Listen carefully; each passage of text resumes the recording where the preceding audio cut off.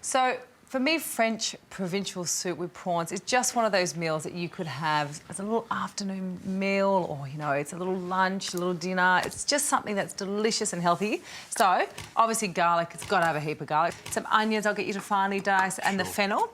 Now, Parisian and provincial food is very, very different. You know, you get, I think, a much healthier type of food with provincial food, and you get those heavy, big dishes with the Parisian type foods. But often they've got a lot of citrus in them. So they've got some orange zest, which I'm just going to take a 2 centimetre slice of. I love all those flavours. Just everything's so nice and fresh and simple. People think French food is that really fancy stuff, but most of it's, you know, exactly what you said, you know, just farmer food. Yeah, it's farmer food. It's exactly what it is. Beautifully made and fresh. Every time we would go to the markets, oh, you'd fall in love. You'd find something new. Well, I don't know about that, but... Well, I'd fall in love with food. I could see you falling in love, chasing all those beautiful Frenchmen around, I suppose. There we go. Those beautiful French women. I was only young. Goodness, I could fall in love. There we go.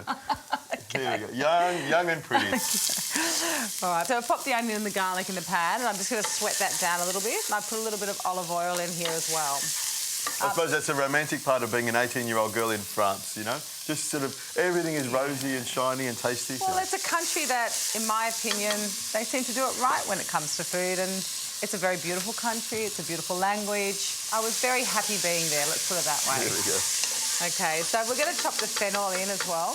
And I've got some tinned tomatoes, some stock, and I'm actually using verjuice. So verjuice, the French would not like this, I can assure you. So verjuice is made from grapes. It's without the alcohol. So it's a really good alternative if you're obviously not wanting to have the strong alcohol flavour in foods, but it still has that delicious grape wine type flavour to it and taste to it. Some people like to drink the alcohol and use the verjuice just for cooking. I don't know. What do you think about that one? That's my preference. I think, you know, this is a type of food I want any age group to eat. And also it's about trying new products and trying new ingredients and seeing how they work. Is that enough fennel for you? Yeah, that's perfect. Okay. I love fennel. It's got that aniseed flavour. It's just nice and crunchy as well, great in salads. But cooking as well is a great thing. All right. You can see that's just gone to be a little bit translucent in the onion or the colour.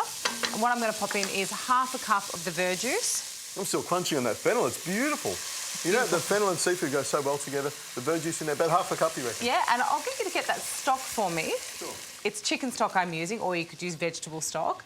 But I often have more than what is needed, just in case I need to top it up throughout. So I'm going to put about 1.5 cups. And the tip is, if you do make your own stock, is you can freeze it in small blocks. You just pop it in, use it as you need it, instead of freezing it in large volumes. That's a really smart idea. Could you pass me the tinned tomatoes, please? Thank you. And that goes straight in. This is simple. This is such a simple dish. You don't really need to mess with food when it's as good as this. You've got lovely fresh ingredients in there. Bring it all to the boil and I think it's just about done. So I'm going to pop the orange zest in here, a little bit of cloves, some ground cloves. Just a tiny bit, yeah. Just a little bit, because it's a very, very strong flavour. And then what I'll do is I'm going to put some saffron and the prawns. So I've got about anywhere between half a kilo to a kilo of prawns. But you could use anything, couldn't you? Any sort of seafood, really, in this? If you wanted to. Yeah. I mean, I've got a fish stew, which I make, which is similar in flavour, and I use a lot of different seafoods. What we're going to do, I'm going to let that cook for about 5 minutes. It doesn't take long. So we're going to make the rouille. So normally that would be made with something like mayonnaise. And potato. I would make it with potato, yeah. But what we're going to do is we're actually going to use yoghurt. So we've got some cayenne pepper, I've got some paprika, more garlic. Got to have more garlic. Yep, crush that garlic for me. I'm going to pop this straight into here. And chop that nice and fine. Now, I did sprinkle a little bit of salt on this garlic, just to grind that. That's OK? Yeah, that's a really, really easy way to grind garlic. Actually, funny enough, I did learn that in the south of France, because you've got something coarse like the sea salt, and you just, with the back of your knife, trail it back, and it crushes the garlic so quickly. You don't have to clean those annoying garlic crushers, which I just can never clean. There we go. That's the analogue method, but I reckon the good old-fashioned analogue method works for me. And that garlic's going to be really strong and powerful. I can smell it. Nice. All right, so I'll get you to put some cayenne pepper and the paprika in here for me. Just a pinch of each. That'd be great. And some lemon juice. Sure. Lovely. Pinch of that. There we go. Cut straight through there, and I'll squeeze this through my fingers so we don't get any seeds in there. Both halves, do you think? No, I think that's probably enough, actually, just one. Yep. All right, that's good. I'm going to let this cook for a couple of minutes and then we can plate this up. Zoe, this is going to taste wonderful. I already can tell that this is going to be a delicious dish.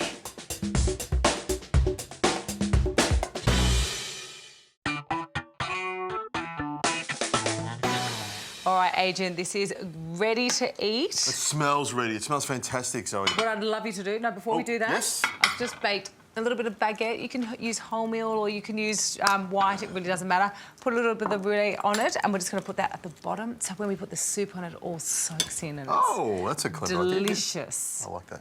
Don't know about the yogurt, but, you know, we'll see about that. Something a little different, you know. I'm always about changing up the norm and healthifying, but also making it tasty as well. Let me have a little taste of that. Oh, beautiful. That is nice. Good. Lots of garlic in there, really strong. Oh, look at that. Yum. Fork and spoon is ready. You're not going to get it down there quick enough before I get into it. Be careful, it's very hot. Yep. But it's a beautiful, healthy French Provençal prawn soup. It's simple, but you know what? It's just such a wonderfully French dish. I love it. I can taste just a little bit of clove in there, which makes it nice. It looks great. Lots of prawns in there. What could be wrong with that? And it is quite tasty. And you know what I like? It's quick, you know, and I'm just wanting to get into that soaked bread there. Yeah, that's what I'm digging down for. Zoe, this is a great dish. And you know what? I think it's a great entree to my main course.